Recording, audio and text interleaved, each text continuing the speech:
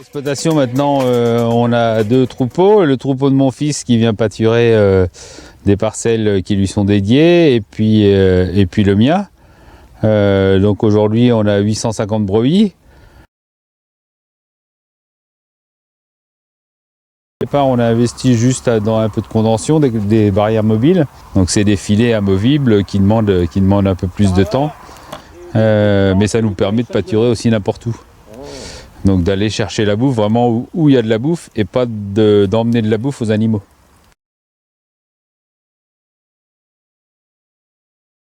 Dans un premier temps, déjà c'était l'installation de mon fils en 2020, en mars 2020, qui bien sûr voulait partir avec un troupeau de brebis. Deuxièmement, la chose qu'il a fait en parallèle dès son installation, c'est forcément un atelier de poules pondeuses, mais avec un poulailler mobile, donc on déplace tous les 8 jours, donc qui mangent beaucoup d'herbe, qui ont toujours de l'herbe à disposition, mais c'est pareil, de l'herbe assez riche.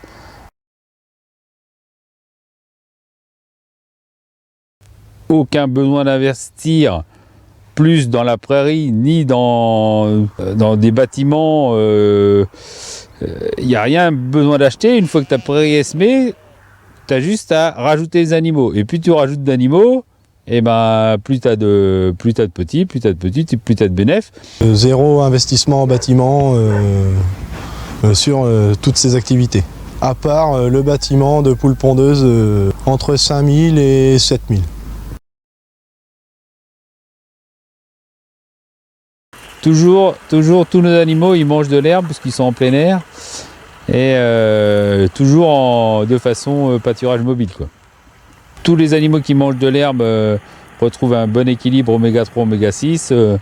Et ça, il y a des recherches faites là-dessus. Ça se ressent aussi dans la viande et aussi pour la santé du coup des humains.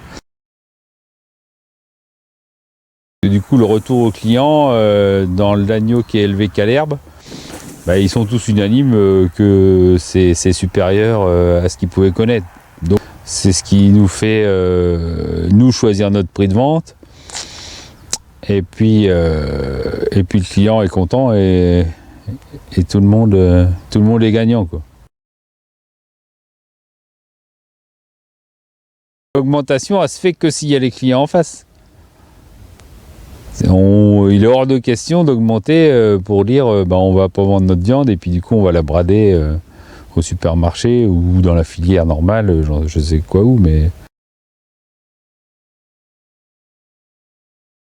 tous nos agneaux sont vendus en direct, c'est moi qui fais la facture au client, que ce soit un boucher, un restaurateur ou un particulier.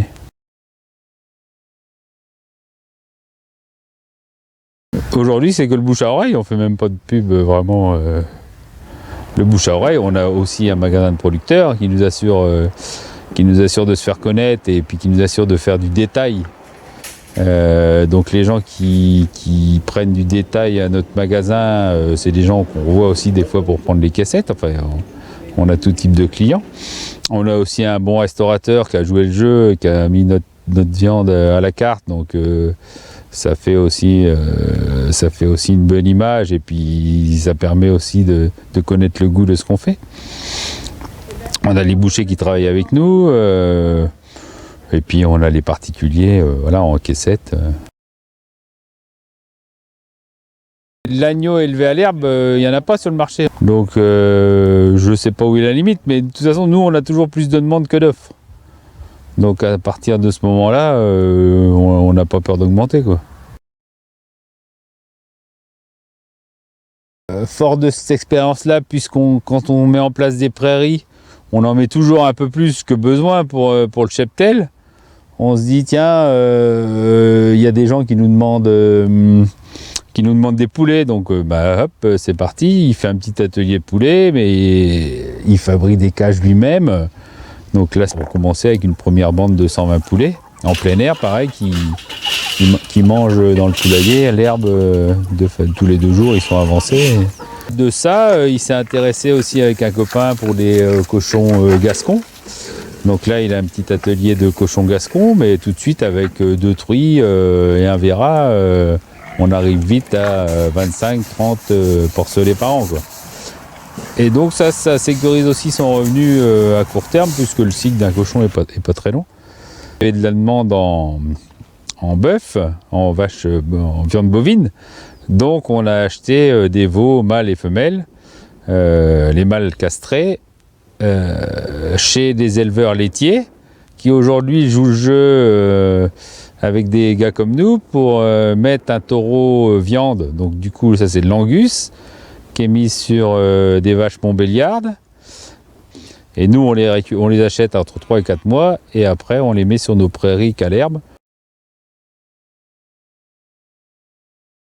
Mais du coup, d'avoir plusieurs productions comme ça permet d'intéresser une majorité de clients. La personne qui achète de l'agneau, le jour où tu lui proposes une caissette de bœuf, bah forcément, elle va y goûter. Si elle est bonne, bah, elle va ramener 2 ou 3 clients. L'intérêt d'un atelier de poules pondeuses en petite quantité, donc moins de 250 poules, ça fait un revenu mensuel tout de suite, dès que les poules à pondent, ça y fait un revenu mensuel d'assuré. Moi je gagne 3 fois plus, mais c'est même plus que ça puisque Hugo s'est installé et tourne sur nos surfaces. Et se dégage aussi un bon revenu sur son atelier. C'est assez concluant, on est assez content du résultat et donc du coup ce qui fait que moins de charges annuelles permet de pouvoir se sortir quand même un petit salaire assez agréable. Côté, moi je sécurise mon revenu parce que je gagne 3 fois plus, parce que je suis aussi moins dépendant des intrants. Quand on voit les céréales qui montent, c'est bien, mais on voit que tous les intrants ils grimpent 2 fois ou 3 fois plus vite que les céréales. Donc au final, je sais pas si ça va être bénéfique pour nous. Tandis que là, en fait, comme on n'a pas d'intrants à gérer, puisque l'azote il provient de la luzerne, du trèfle, des légumineuses qu'on peut semer dans les couverts. Du coup, il n'y a plus de risque économique, quoi. Nos charges, elles n'augmentent pas. Enfin, on se rend compte qu'on est vraiment dans un bon système qui devient de plus en plus autonome et résilient, quoi.